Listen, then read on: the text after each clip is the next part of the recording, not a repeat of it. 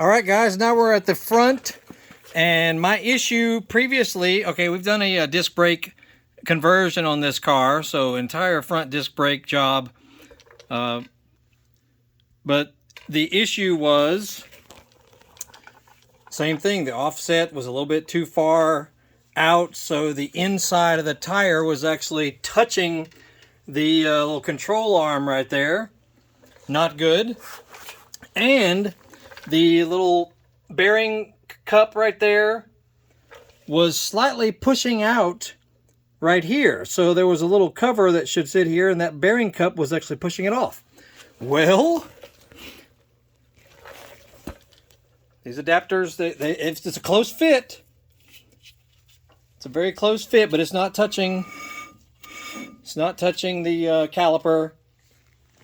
And we should be able to see your existing studs are right here.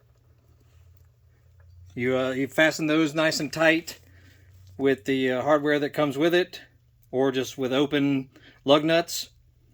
And then we'll put the wheel on there, and it will shift it outward, a good 1.5 inches almost. So let's see how it looks. And the other issue, if I wanted to put just a small spacer, even a 1/4 inch spacer, I wasn't able to reach the existing, the stock lug nuts or the studs. So this spacer is going to make that possible as well with because it comes with its own studs. So it's going to be perfect. And notice the cup is now recessed in there a little deeper. It's going to be perfect. Look at this spacing. Is perfect under the fender, so man, it looks freaking fantastic. Alrighty, check it out, man. I am so pleased with this. Got enough room. Got enough room underneath there. Should be fine. It was touching the little control arm in the back, not anymore. My little cover can go on properly in the center of the rim. And look at the whole stance is just a little bit broader. Man, so freaking awesome.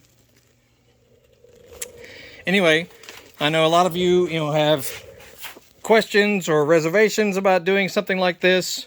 Not a difficult job. The main thing is to know exactly what bolt pattern you need and how far out the spacing you need. So you can find these wheel adapters online, and it definitely is worth it. Just make sure you know what you're looking for, before you buy them, so that you don't have to get them twice. That's it.